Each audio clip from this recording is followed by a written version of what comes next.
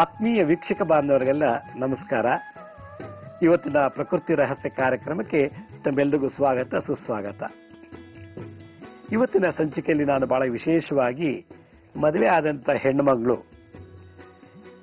ಮದುವೆ ದಿವಸ ಅಥವಾ ಮದುವೆ ಮುಂಚೆ ಮಾಡಬೇಕಾದಂತ ಒಂದು ವಿಶೇಷವಾದಂತ ವಿಧಿ, ಆ ವಿಧಾನದ ಬಗ್ಗೆ ನನಗೆ ಗೊತ್ತಾದಂತ ಒಂದು ಅನುಭವದ ಮೇಲೆ ಆ ವಿಷಯನ ತಮ್ಮೊಂದಿಗೆ ಹಂಚಿಕೊಳ್ಳಕ್ಕೆ ಇಷ್ಟಪಡ್ತೀನಿ.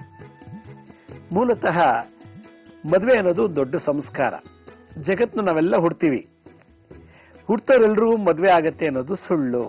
ಅಕಸ್ಮಾತ್ ಮದುವೆ ಆಗ್ಬಿಟ್ರೆ ಅವ್ರು ಸಂಸಾರ ಮಾಡ್ತಾರೆ ಅನ್ನೋದು ಸುಳ್ಳು. ಅಕಸ್ಮಾತ್ ಮದುವೆ ಆದ್ರೆ ಅವನು ಇಷ್ಟು ವರ್ಷ ಅಥವಾ 50 ವರ್ಷ 60 ವರ್ಷ ಗಂಡನ ಜೊತೆ ಅಥವಾ ಹೆಂಡತಿ ಜೊತೆ ಇರ್ತಾರೆ ಅನ್ನೋದು ಸುಳ್ಳು. ಹಾಗಾದ್ರೆ ಮದುವೆ ಅಂತ ಯಾಕೆ ಮಾಡಬೇಕು ಅಂತ ಪ್ರಶ್ನೆ ಬರುತ್ತೆ. ಮದುವೆ ಅನ್ನೋದು ಒಂದು ಸಂಸ್ಕಾರ, ಪ್ರಜೋತ್ಪತ್ತಿ ಮಾಡುವಂಥದ್ದು ಮತ್ತು ಒಬ್ರಿಗೊಬ್ರು ಗಂಡಿಗೆ ಹೆಣ್ಣಿನ ಆಸರೆ, ಹೆಣ್ಣಿಗೆ ಗಂಡಿನ ಒಂದು ಆಸರೆ ಅಂದ್ರೆ ಆಶ್ರಯ ಸಿಗಬೇಕೋಸ್ಕರವಾಗಿ ಒಂದು ಮದುವೆ ಅಂತ ಮಾಡ್ಕೊಳ್ತಾರೆ ವಿನಃ ಬೇರೆ ಇನ್ಯಾವುದು ವಿಶೇಷತೆ ಇಲ್ಲ. ಒಂದು ದೇಹ ಸುಖ, ಒಂದು ಆಶ್ರಯ, ಇವೆರಡು ಕಾನ್ಸೆಪ್ಟ್ ಮೇಲೆ ಈ ಮದುವೆ ಅನ್ನೋ ಒಂದು ಸಂಸ್ಕಾರ ನಡೀತಾ ಇದೆ ಜಗತ್ತಿನಲ್ಲಿ. ಕೆಲವರಿಗೆ ಮದ್ವೆ ಯೋಗನೇ ಇರೋದಿಲ್ಲ, ಹುಟ್ಬಿಡ್ತಾರೆ, ಮದ್ವೆನೇ ಆಗಲ್ಲ. ಗಂಡ ಆದ್ರೆ ಬ್ರಹ್ಮಚಾರಿಯಾಗಿ ಎದ್ದು ಬಿಡ್ತಾನೆ, ಹೆಣ್ಮಗು ಆದ್ರೆ ಬ್ರಹ್ಮಚಾರಿಣಿಯಾಗಿ ಎದ್ದು ಬಿಡ್ತಾಳೆ. ಇದು ಒಂದು ಕೆಟಗರಿ ಜಗತ್ತಿನಲ್ಲಿ. ಇನ್ನೊಂದು ಪಂಗಡ ಜನಾಂಗ ಏನಿದೆ ಅಂದ್ರೆ ಮದ್ವೆ ಆಗತ್ತೆ ಅಂದ್ರೆ ಮದ್ವೆ ಯೋಗ ಇದೆ, ಮದ್ವೆ ಯೋಗ ಇದೆ, ಆದ್ರೆ ಮದ್ವೆನ ಅನುಭವಿಸೋ ಸುಖ ಇರೋದಿಲ್ಲ.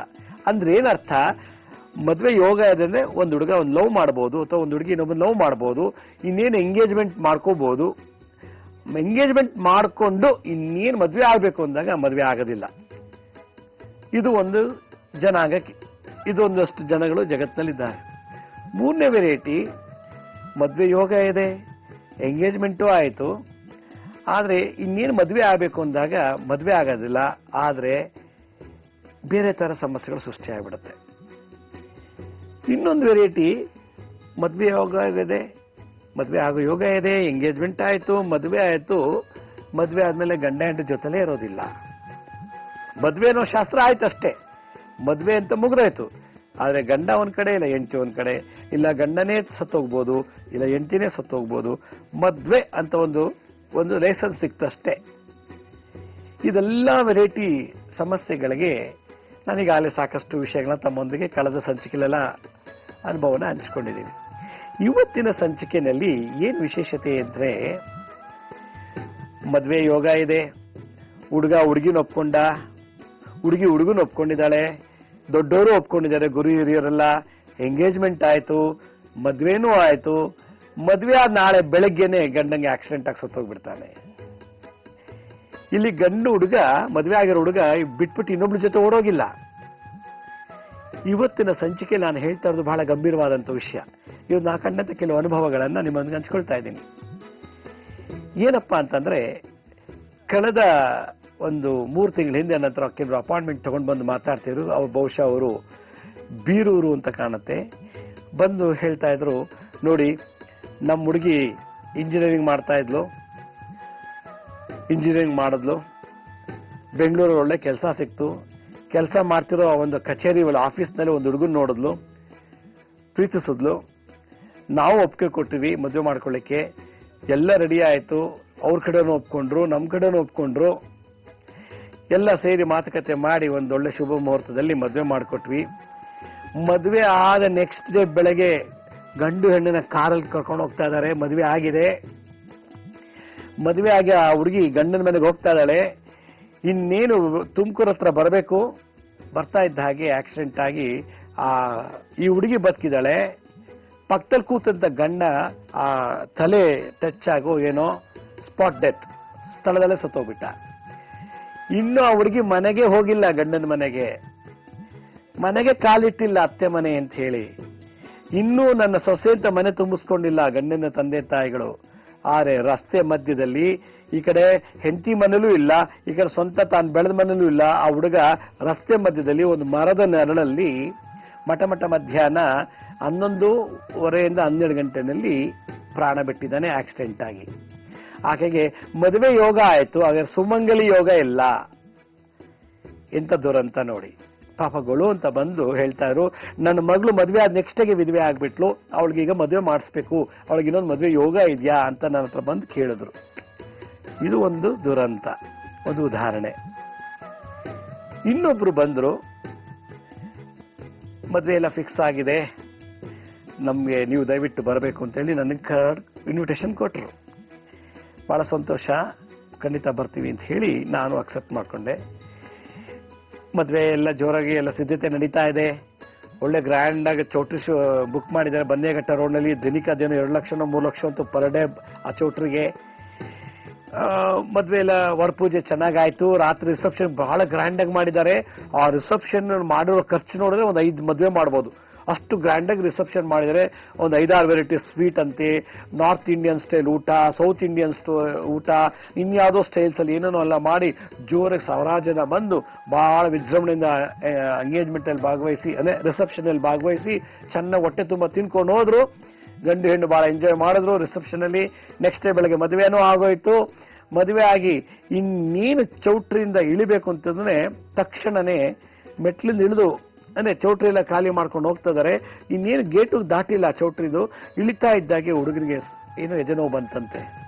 ಎದೆನೋವು ಬಂದ ತಕ್ಷಣ ಅವರ ಪಕ್ಕದಲ್ಲಿ ಯಾವುದೋ ಒಂದು ಹಾಸ್ಪಿಟಲ್ ಕರ್ಕೊಂಡೋದಂತೆ, ನರ್ಸಿಂಗ್ ಹೋಮ್ಗೆ. ಬಹುಶಃ ರಾತ್ರಿ ಎಲ್ಲ ರಿಸೆಪ್ಷನ್ ನಿಂತಿದ್ದ, ಸುಸ್ತಾಗಿರ್ಬೋದು ಅಥವಾ ಊಟ ಮಾಡಿಲ್ದೋ ಏನೋ ಗೊತ್ತಿಲ್ಲ. ಆಸ್ಪತ್ರೆಗೆ ಇನ್ನೇನು ತಗೊಂಡೋಗಿ ಒಳಗಡೆ ಇಡಬೇಕು ಅಂತೇಳಿ ಆಸ್ಪತ್ರೆಗೂ ಒಳಗೆ ಹೋಗಿಲ್ಲ. ಅವನು ಆ ಕಾಂಪೌಂಡ್ ಹತ್ರನೇ ಪ್ರಾಣ ಹೊರಟೈತಂತೆ. ಮದುವೆ ಆಗಿ ಒಂದು ದಿನನೂ ಕಳೆದಿಲ್ಲ, 24 ಗಂಟೆನಾಗಿಲ್ಲ. ಚೌಟ್ರಿ ಮಧ್ಯಾಹ್ನ 11 ಗಂಟೆಗೇನೋ, ಬೆಳಗ್ಗೆ 9ರಿಂದ 10 ಗಂಟೆಗೆ ಲಗ್ನ ಆಯ್ತು ಅನ್ಸುತ್ತೆ. ಆಯ್ತು, ಮಧ್ಯಾಹ್ನ ಎಲ್ಲ ಜನ ಊಟ ಮಾಡ್ಕೊಂಡು ಹೋದ್ರು. ಎಲ್ಲ ಹೆಣ್ಣು ಗಂಡು ಭಾಳ ಲಗ್ನ ಖುಷಿಯಾಗಿ ಎಲ್ಲ ಬಂದು ಲಗೆ ತಗೊಂಡು ಮನೆಗೆ ಹೊರಡ್ತಾ ಇದ್ದಾರೆ.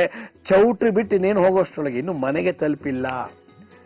ಗಂಡ ಸತ್ತೇ ಹೋಗ್ಬಿಟ್ಟ. ಹುಡುಗ ಎಷ್ಟು 27 ವರ್ಷದ ಹುಡುಗ. ಅವನು ಸಾಫ್ಟ್ವೇರ್ ಕಂಪ್ನಿಯಲ್ಲಿ ಕೆಲಸ ಮಾಡ್ತಿದ್ದಂತೆ. ಎಂತ ದುರಂತ ನೋಡಿ.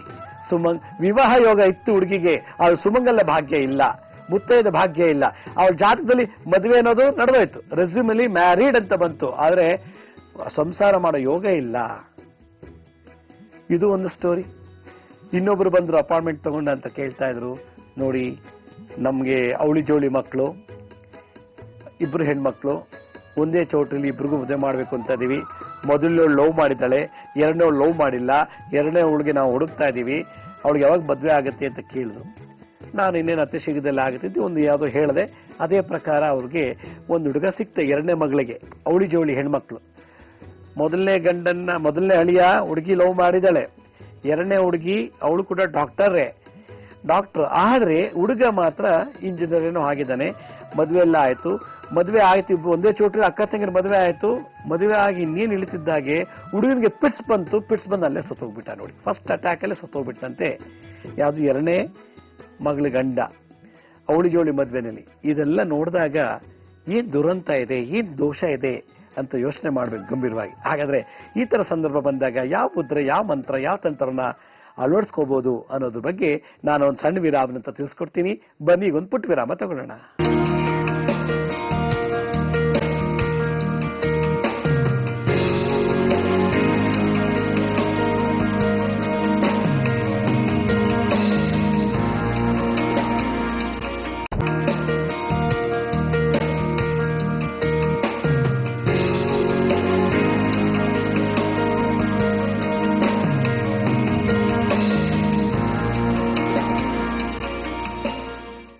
ವಿರಾಮದ ನಂತರ ಮತ್ತೆ ಕಾರ್ಯಕ್ರಮಕ್ಕೆ ಸ್ವಾಗತ.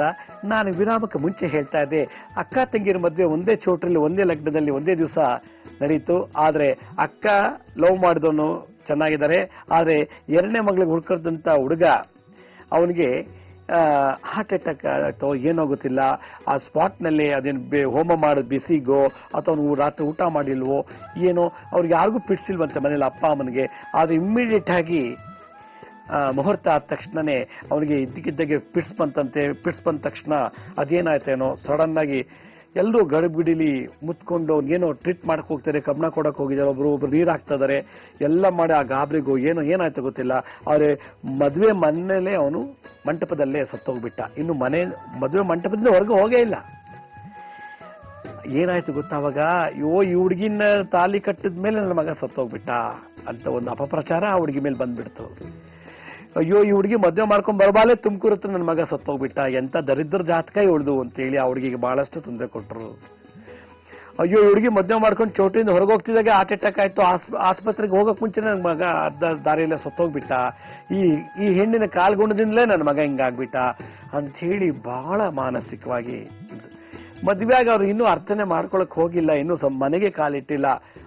ಬಹಳ ಬೇಗ ದುರಂತ ನಡೆದೋಯ್ತು, ವಿಧವಾ ಯೋಗ ಪ್ರಾಪ್ತಿ ಆಯ್ತು. ಇದು ಒಂದು ಎಕ್ಸಾಂಪಲ್. ಇನ್ನೊಬ್ರು ನನ್ನ ಹತ್ರ ಅಪಾಯಿಂಟ್ಮೆಂಟ್ ತಗೊಂಡ್ಬಂದು ಮದುಗಳು ಅಂತ ಹೇಳ್ತಾ ಇದ್ರು, ನೋಡಿ ಬಹಳ ಗ್ರ್ಯಾಂಡ್ ಆಗಿ ಮದುವೆ ಮಾಡ್ಕೊಟ್ವಿ, ನನ್ನ ಸ್ವಂತ ತಮ್ಮನಿಗೆ ನನ್ನ ಮಗಳು ಕೊಟ್ಟೆ, ನನ್ನ ಸ್ವಂತ ತಮ್ಮನಿಗೆ ನಾನು ಮಗಳು ಕೊಟ್ಟೆ, ಯಾಕಂದ್ರೆ ನನ್ನ ಮಗಳನ್ನ ಇವನಿಗೆ ಕೊಡಬೇಕು ಅಂತ ನನ್ನ ತಮ್ಮನ ನಾನು ಜೊತೆಲಿ ಬೆಳೆಸ್ತೆ. ನನ್ನ ಮಗಳಿಗೂ ಖುಷಿ ಆಗಿತ್ತು. ನನ್ನ ತಮ್ಮ ಸಾಫ್ಟ್ವೇರ್ ಇಂಜಿನಿಯರು, ಎಂಟೆಕ್ ಮಾಡಿದ್ದಾನೆ, BE ಮಾಡಿ ಎಂಟೆಕ್ ಮಾಡಿದ್ದಾನೆ, ದುಬೈನೆಲ್ಲ ಇದು ಬಂದು ಜೋರಾಗಿ ಸಂಪಾದನೆ ಮಾಡ್ಕೊಂಡ್ ಬಂದಿದ್ದಾನೆ. ನನ್ನ ಮಗಳಿಗಂತ ಬಹಳ ಇಷ್ಟ ಅವನಿಗೆ, ನನ್ನ ಮಗಳಿಗೂ ಕೂಡ ಅವ್ನು ಬಹಳ ಇಷ್ಟ ಅಂತ ಹೇಳಿ ನಾವು ಒಟ್ಟಿಗೆ ನಮ್ಮಲ್ಲೇ ಇರಬೇಕು ನನ್ನ ಮಗಳು ಅಂತ ಹೇಳಿ ಬಹಳ ಇಷ್ಟಪಟ್ಟು ಮದುವೆ ಮಾಡಿದ್ವಿ. ಮದುವೆ ಮಾಡಿಕೊಂಡು ಇನ್ನೇನು ಮನೆಗೆ ಬಂದಿದ್ದಾರೆ, ಮನೆಗೆ ಬಂದಿದ್ದಾರೆ, ಇನ್ನೇನು ಎಲ್ಲರೂ ಸಂತೋಷದಲ್ಲಿ ಎಲ್ಲ ಕೂತ್ಕೊಂಡು ಊಟ ಮಾಡ್ಬೇಕು ಅಂತ ಇದ್ದಾರೆ. ಊಟ ಮಾಡ್ಬೇಕು ಅಂತಿದ್ದಾಗ ಮೇಲ್ಗಡೆ ಏನೋ ತಗೊಂಬರಕ್ಕೆ ಮೆಟ್ಲತ್ತದ ತಮ್ಮ ಅಂದ್ರೆ ಅಳಿಯ, ಮೇಲ್ಗಡೆಯಿಂದ ರೂಮಿಂದ ಮೆಟ್ಲತ್ತುವಾಗ ಡೂಪ್ಲೆಕ್ಸ್ ಹೌಸ್ ಅಂತೆ, ಆ ಡೂಪ್ಲೆಕ್ಸ್ ಮನೆಯಿಂದ ಇಳಿತಿರ್ಬೇಕಾದ್ರೆ ಕಾಲ್ ಜಾರಿ ಏನಾಯ್ತೋ ಏನೋ ಗೊತ್ತಿಲ್ಲ, ಅಲ್ಲಿಂದ ದಡ್ಡಂತ ಬಿದ್ದ ತಕ್ಷಣ ಉಲ್ಟಾ ಆಗಿ ಬಿದ್ದ ತಕ್ಷಣ ಅವ್ನಿಗೆ ಏನಾಯ್ತು ಏನೋ ಪಟ್ಟಂತ ಮನೇಲೆ ಸಾವಾಗೋಯ್ತು. ಸ್ವಂತ ತಮ್ಮ ಮನೆ ಮುಂದೆ ಎಲ್ರೂ ಮುಂದೆನೆ ಚೌಟ್ರಿಂದ ಬಂದು ಆಗ್ತಾನೆ ಕೂತಿದ್ದಾರೆ, ಆರತಿ ಮಾಡಿ ಮನೆಗೆ ಕರ್ಕೊಂಡಿದ್ದಾರೆ.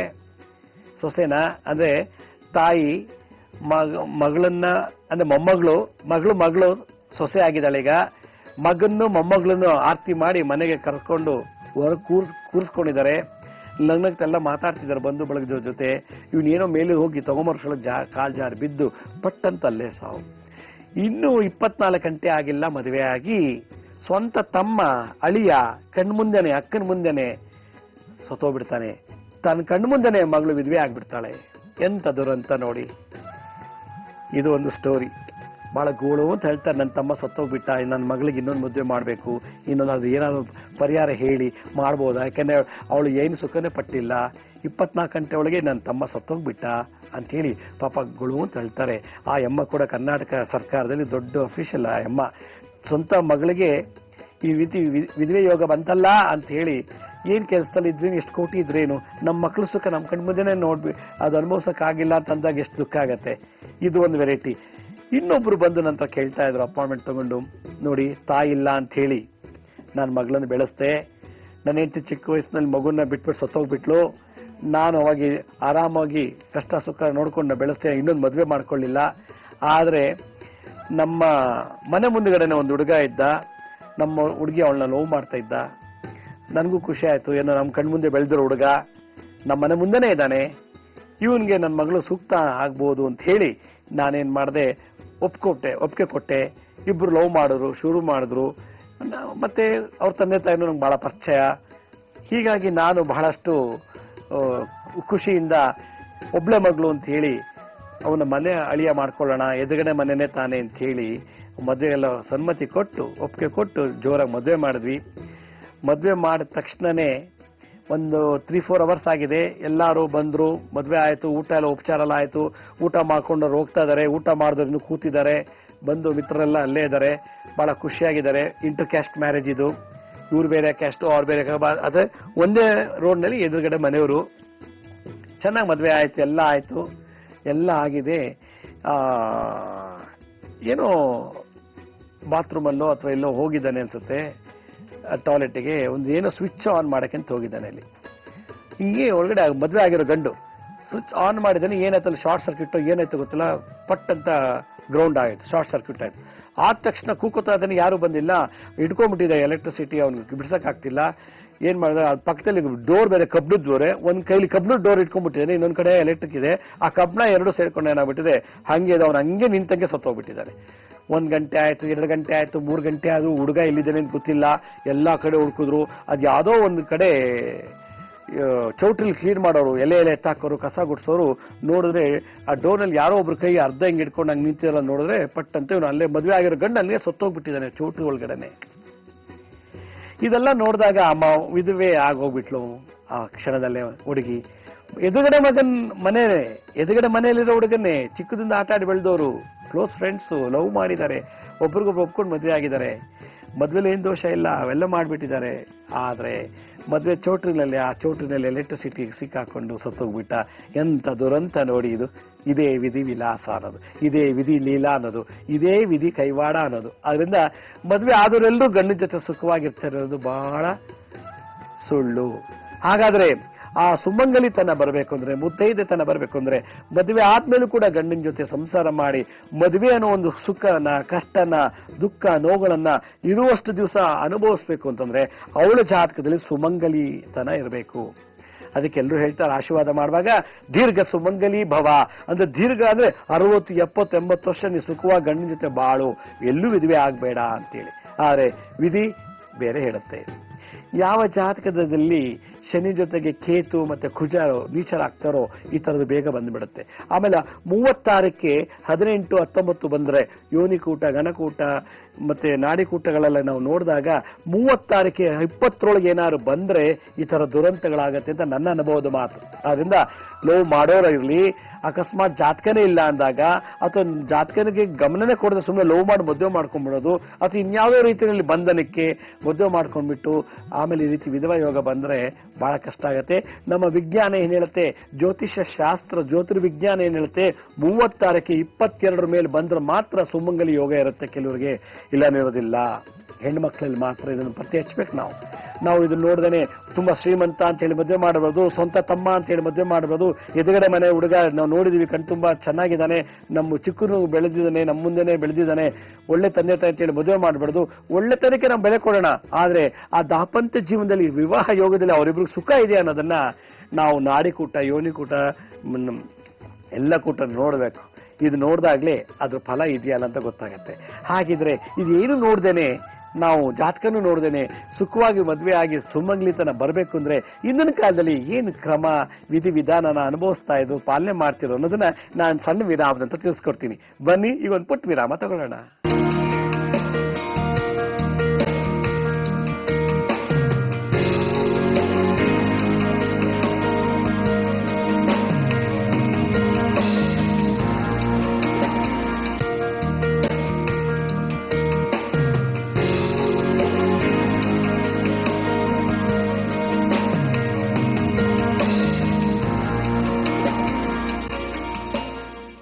ವಿರಾಮದ ನಂತರ ಮತ್ತೆ ಕಾರ್ಯಕ್ರಮಕ್ಕೆ ಸ್ವಾಗತ. ಯಾವುದೇ ಹೆಣ್ಮಕ್ಳಾಗ್ಲಿ ಮದುವೆ ಮುಂಚೆ ಲವ್ ಮಾಡಿ ಮದುವೆ ಮಾಡ್ಕೊಳ್ತಿರೋ, ಅಥವಾ ಅರೇಂಜ್ ಮ್ಯಾರೇಜೇ ಆಗಿರ್ಲಿ, ಅಥವಾ ನಿಮ್ ಸ್ವಂತ ಬ್ಲಡ್ ಗ್ರೂಪ್ ಅಲ್ಲೇ ಆಗ್ಲಿ, ಯಾವುದೇ ಆಗಿರ್ಲಿ, ಮದುವೆ ಆಗ್ತಾ ಇದೆ ಅಂದಾಗ ಗೌರಿ ಪೂಜೆ ಮಾಡ್ಬೇಕಂತೆ. ಇದು ನಮ್ಮ ಹಿಂದೂ ಧರ್ಮದಲ್ಲಿ ಬಹಳ ವಿಶೇಷವಾಗಿ ಒತ್ತು ಕೊಟ್ಟು ಮಾಡ್ತಾರೆ. ಯಾಕೆ ಈ ಗೌರಿ ಪೂಜೆ ಮಾಡ್ತಾರೆ ಅಂದ್ರೆ, ಯಾವ ವ್ಯಕ್ತಿನ ನೀವು ಮದುವೆ ಮಾಡ್ಕೊಳ್ತಿದ್ಯೋ ಅಂತವನಿಂದ ನಿನಗೆ ವಿಧವಾ ಯೋಗ ಬರಬಾರ್ದು ಅಂತೇಳಿ ಮದುವೆಯ ದಿವಸ ಮುಹೂರ್ತಕ್ಕೆ ಮುಂಚೆ ಗೌರಿ ಪೂಜೆ ಮಾಡಿ ಬಾಗಿಣವನ್ನ ಕೊಡಿಸ್ತಾರೆ, ಮುತ್ತೈದೆ ಆಗಿರ್ಬೇಕು ಅಂತೇಳಿ. ಇದು ನಮ್ಮ ಸನಾತನ ಧರ್ಮದಲ್ಲಿ ನಡೆದಿದೆ. ಇದು ಏನಕ್ಕೆ ಅಂತಂದ್ರೆ, DNA ಡಿಆಕ್ಸಿರೈಬೋನ್ಯೂಕ್ಲಿಕ್ ಆಸಿಡ್ ನಲ್ಲಿ ಕೆಲವರಿಗೆ ಶಾಪ ಇರ್ತದೆ. ಸರ್ಪಶಾಪ, ಸ್ತ್ರೀ ಶಾಪ, ಬ್ರಾಹ್ಮಣ ಶಾಪ, ಮತ್ತೆ ಚಂಡಾಳ ಶಾಪ, ಅಥವಾ ಇನ್ನೊಬ್ಬ ಬೇರೆ ಯಾವ್ದಾದ್ರು ಕೊಲೆಗಾರದು, ಮೋಸಗಾರದು ಏನೋ ವಂಚನೆ ಮಾಡಿದ್ರೆ, ಅಥವಾ ಇನ್ನೊಂದು ಸಂಸಾರವನ್ನ ಹಾಳು ಮಾಡಿದ್ರೆ, ನಾವು ಓದ್ಜಮ್ದಲ್ಲಿ ಇನ್ನೊಬ್ರು ಗಂಡ ಹೆಂಡತಿರನ್ನ ಸಂಸಾರನ ಹಾಳು ಮಾಡಿದ್ರೆ, ಅಥವಾ ಮದುವೆ ಆಗೋದನ್ನೇ ನಾವು ಕ್ಯಾನ್ಸಲ್ ಮಾಡಿಬಿಟ್ಟಿದ್ರೆ, ಚಾಡಿ ಹೇಳಿ ಮದುವೆನ ಕ್ಯಾನ್ಸಲ್ ಮಾಡಿದ್ರೆ, ಅಂತವ್ರಿಗೆ ಈ ಮದುವೆ ದಿನನೇ ಈ ತರ ಸಾವು ಬಂದ್ಬಿಡುತ್ತಂತ ಕರ್ಮಸಿದ್ಧ ಅಂತ ಹೇಳುತ್ತೆ. ಈ ದೋಷ ನಿವಾರಣೆ ಮಾಡ್ಲಿಕ್ಕೋಸ್ಕರವಾಗಿ, ಆ ಒಂದು ಪ್ರಾಶಿತ್ಯ ಮಾಡ್ಕೊಳ್ಳಿಕ್ಕೋಸ್ಕರವಾಗಿ ಆ ಒಂದು ಪೀರಿಯಡ್ ನಲ್ಲಿ ಮದುವೆ ಆಗೋ ದಿವಸ ಸುಮಾರು 2 ಗಂಟೆ ಮುಂಚೆ ಗೌರಿ ಬಾಗಿಣ ಅಂತ ಹೇಳಿ ಪೂಜೆ ಮಾಡಿಸ್ತಾರೆ. ಗೌರಿ ಪೂಜೆ ಮಾಡಿಸ್ತಾರೆ. ಅರ್ಶನದಲ್ಲಿ ಗೌರಿನ ಆಹ್ವಾನ ಮಾಡಿ ಅರ್ಶನದಲ್ಲಿ ಮಾಡ್ತಾರೆ, ಇಲ್ಲಾಂದ್ರೆ ಕಲಶಕ್ಕೆ ಆಹ್ವಾನ ಮಾಡಿ ಪೂಜೆ ಮಾಡೋ ಸಂಪ್ರದಾಯ ಉಂಟು. ಕಾರಣ ಸುಮಂಗಲಿತನ ಬರಲಿ ಅಂತ. ಈ ಶ್ರೀಯಂ ಅಂತಂದ್ರೆ ಸುಖ ಸೌಭಾಗ್ಯವನ್ನ ಬರುವಂತದ್ದು ಗೌರಿಯಿಂದ ಅಂತ ಹೇಳಿ. ಅದಕ್ಕೆ ಮದುವೆ ಆಗುವಂತ ಹೆಣ್ಣು ಮಕ್ಕಳು ಯಾವುದೇ ಜಾತಿ ಆಗಿರ್ಲಿ, ಏನೇ ಆಗಿರ್ಲಿ, ನಿಮ್ಮ ಸಂಪ್ರದಾಯದಲ್ಲೂ ಇಲ್ಲ ಅಂದ್ರೆ, ಗೌರಿ ಪೂಜೆ ಮಾಡೋ ಸಂಪ್ರದಾಯ ನಮ್ಮಲ್ಲಿ ಇಲ್ಲ ಅಂದ್ರೆ ಈ ಮಂತ್ರ ತಂತ್ರ ಹೇಳಬೇಕಂತೆ. ಅಕಸ್ಮಾತ್ ನಿಮ್ಮ ಮದುವೆ ದಿನ ಗೌರಿ ಪೂಜೆ ಮಾಡಿಸ್ತಾರೆ ಅಂದ್ರೆ, ಈಗ ನಾ ಹೇಳುವಂತ ಮುದ್ರಾ ಮತ್ತೆ ತಂತ್ರವನ್ನ ಅಳವಡಿಸಿದ್ದೆ ಆದ್ರೆ ಅವನು ಎಂತ ನೀಚನೇ ಆಗಿರ್ಲಿ, ಎಂತ ದೋಷನೇ ಆಗಿರ್ಲಿ, ಮದುವೆ ದಿನ ನೆಕ್ಸ್ಟ್ ಅಥವಾ ಮದುವೆ ಆದ 1 ವಾರ 15 ದಿವಸ ಆಗ್ಲಿ ಅವನಿಗೆ ಸಾವೇ ಬರೋದಿಲ್ವಂತೆ. ಇದು ಸಾವಿತ್ರಿ, ವಟ ಸಾವಿತ್ರಿ ಬಂದ ತಂತ್ರ ಸಾಧನೆ ಇದನ್ನು ವಿಶೇಷವಾಗಿ ಹೇಳಿದ್ದಾರೆ. ಒಂದು ಈ ಕಾಮಕ್ಕೆ ತಂತ್ರಸಾರ ಇವೆಲ್ಲ ಹೇಳ್ತಾರೆ. ಕಾಮಕ್ಕೆ ತಂತ್ರಸಾರ ಏನ್ ಹೇಳ್ತಾರೆ?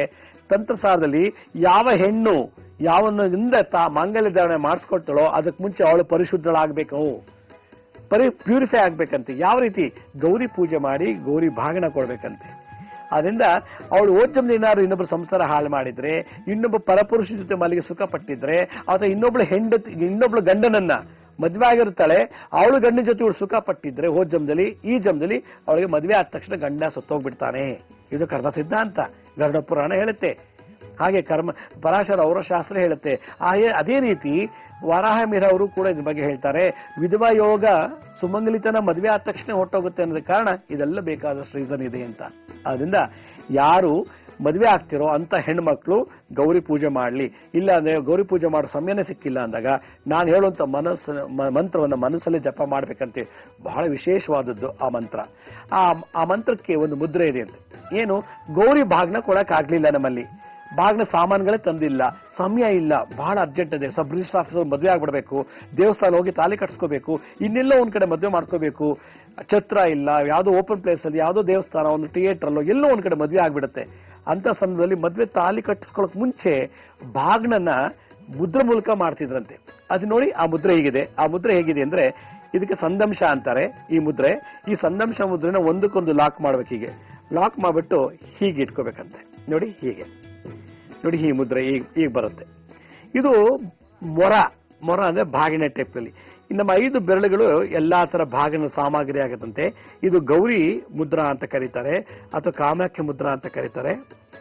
ಈ ಮುದ್ರೆ ಧಾರಣೆ ಮಾಡ್ಬಿಟ್ಟು ಎಲ್ಲೋ ಸಬ್ ರಿಜಿಸ್ಟರ್ ಆಫೀಸಲ್ಲಿ 11 ಗಂಟೆ ಮದ್ವೆ ಅಂದ್ರೆ 10 ಗಂಟೆ ಅರ್ಧ ಗಂಟೆ ಮುಂಚೆ ಎಲ್ಲಾರು ಒಂದ್ ಕಡೆ ಕೂತ್ಕೊಂಡು ಈ ಮುದ್ರೆ ಧಾರಣೆ ಮಾಡ್ಬಿಟ್ಟು ಆ ಹುಡುಗಿ ಹೇಳ್ಬೇಕಂತೆ. ಏನಂತ? ಓಂ ಶ್ರೀಂ ಸೌಭಾಗ್ಯಂ ಸುಮಂಗಲಾಯ ಫಟ್, ಓಂ ಶ್ರೀಂ ಸೌಭಾಗ್ಯಂ ಸುಮಂಗಲಾಯ ಫಟ್ ಅನ್ನೋ ಮಂತ್ರ ಹೇಳ್ಬೇಕಂತೆ. ಈ ರೀತಿ ಇಟ್ಕೊಂಡು ಮಾಡಿದ್ರೆ ಬಾಗಣ ಕೊಟ್ಟಂಗಾಯ್ತಂತೆ. ಫಿಸಿಯೋಥೆರಪಿ ಮಂತ್ರ, ಆ ಮಂತ್ರವೇ ಹಾರ, ಪುಷ್ಪ, ಕುಂಕುಮ, ಅಭಿಷೇಕ, ಆರತಿ, ಧೂಪ, ದೀಪ ಎಲ್ಲ ಆಗುತ್ತಂತೆ ಮಂತ್ರ ಮುಖೇನ. ಓಂ ಶ್ರೀಂ ಸೌಭಾಗ್ಯಂ ಸುಮಂಗಲಾಯ ಫಟ್. ಸುಮಂಗಳಾಯ ಅಂದ್ರೆ ದೀರ್ಘ ಮುತ್ತೈದ ಭಾಗ್ಯ ಕಲ್ಪಿಸು ಅಂತೇಳಿ ಇದು ಪ್ರೇ ಮಾಡ್ದಂಗೂ ಆಯ್ತು, ಬಾಗಡ ಕೊಟ್ಟಂಗೂ ಆಯ್ತು, ಮತ್ತೆ ಕಾಮಾಖ್ಯ ಮುದ್ರೆಯನ್ನು ತೋರಿಸ್ದಂಗಾಯ್ತು ಅಂತ ಹೇಳ್ತಾರೆ. ಇದು ಕಾಮಾಖ್ಯ ತಂತ್ರಸಾರದಲ್ಲಿ ತೋರಿಸುವಂತ ವಿಶೇಷವಾದಂತ ವಿನ್ಯಾಸ ಮುದ್ರೆಗಳಿದಲ್ಲಿ. ಕಾಮಾಖ್ಯ ತಂತ್ರಸಾರ ಹಲವಾರು ಮುದ್ರೆಗಳಿವೆ. ಆ ತಂತ್ರಸಾರದಲ್ಲಿ ಇದೊಂದು ವಿಶೇಷವಾದ ಮುದ್ರೆ.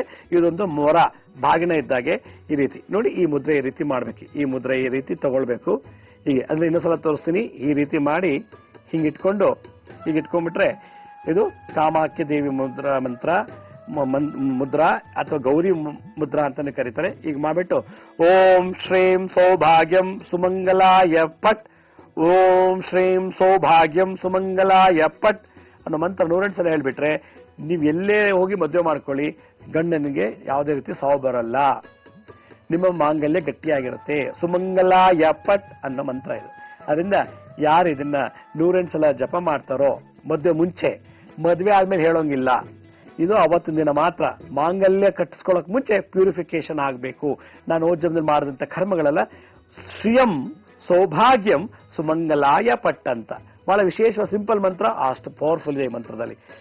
ತಂತ್ರ ಏನು?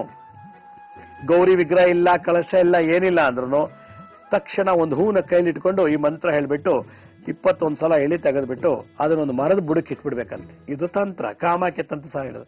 ಯಾವ್ದೋ ಒಂದು ಹೂವು ತಗೊಳ್ಳೋದು. ಓಂ ಶ್ರೀಂ ಸೌಭಾಗ್ಯಂ ಸುಮಂಗಲಾಯ ಪಟ್, ಸುಮಂಗಲಿ ಆಗಿರುವಂತೆ ಮಾಡು ಅಂತ ಹೇಳಿ 21 ಸಲ ಇಳಿ ತೆಗೆದ್ಬಿಟ್ಟು ಆ ಮಂತ್ರದ ತೆಗೆದಂತ ಪುಷ್ಪನ ಮರದ ಬುಡಕ್ಕೆ ಇಟ್ರೆ ಆ ಪುಷ್ಪ ಗೌರಿಗೆ ಸಮಯ ಅರ್ಪಣೆ ಆಗತ್ತಂತೆ. ಇದು ತಂತ್ರ. ಮುದ್ರಾ ಈ ರೀತಿ ಮಾಡ್ಬೇಕು ನೋಡಿ. ಈ ರೀತಿ ಹಿಂಗೆ ಇಟ್ಕೊಳ್ತೀವಲ್ಲ, ಹೀಗೆ ಈ ಇಟ್ಕೊಂಡು ಓಂ ಶ್ರೀಂ ಸೌಭಾಗ್ಯಂ ಸುಮಂಗಲಾಯ ಪಟ್ ಅನ್ನೋ ಮಂತ್ರ ಜಪ ಮಾಡ್ಬೇಕು. ಓಂ ಹ್ರೀ ಓಂ ಶ್ರೀಂ, ಶ್ರೀ ಮಂಜಲಕ್ಷ್ಮಿ, ಓಂ ಶ್ರೀಂ ಸೌಭಾಗ್ಯಂ ಸುಮಂಗಲಾಯ ಪಟ್ ಅಂತ ಮಂತ್ರ 108 ಸಲ ಹೇಳ್ಬಿಟ್ಟು ಆಮೇಲೆ ತಂತ್ರ ಮಾಡಿಬಿಟ್ಟು ಆಮೇಲೆ ಹೋಗಿ ಮಾಂಗಲ್ಯ ಧಾರಣೆ ಮಾಡಿಸ್ಕೊಂಡ್ರೆ ನಿಮ್ ಗಂಡನಿಗೂ ಸಾವು ಬರೋದಿಲ್ಲ, ಮದುವೆ ಆಗೋ ಹುಡುಗನಿಗೂ ಸಾವಿಲ್ಲ, ನಿಮ್ಗೂ ಮುತ್ತೈತನ ಭಾಗ್ಯ ಬರುತ್ತಂತೆ. ಇದನ್ನ ಇನ್ಯಾವಾಗ ಹೇಳ್ಬೇಕು? ಪ್ರತಿ ವರ್ಷ ಮದುವೆ ಆಗಿದೀವಲ್ಲ, ಅದು ಆನಿವರ್ಸರಿ ಮಾಡ್ಕೊಳ್ತೀವಿ ನೋಡಿ, ಮ್ಯಾರೇಜ್ ಆನಿವರ್ಸರಿ ಅವತ್ತು ಹೇಳ್ಬೇಕಂತ ಈ ಮಂತ್ರ.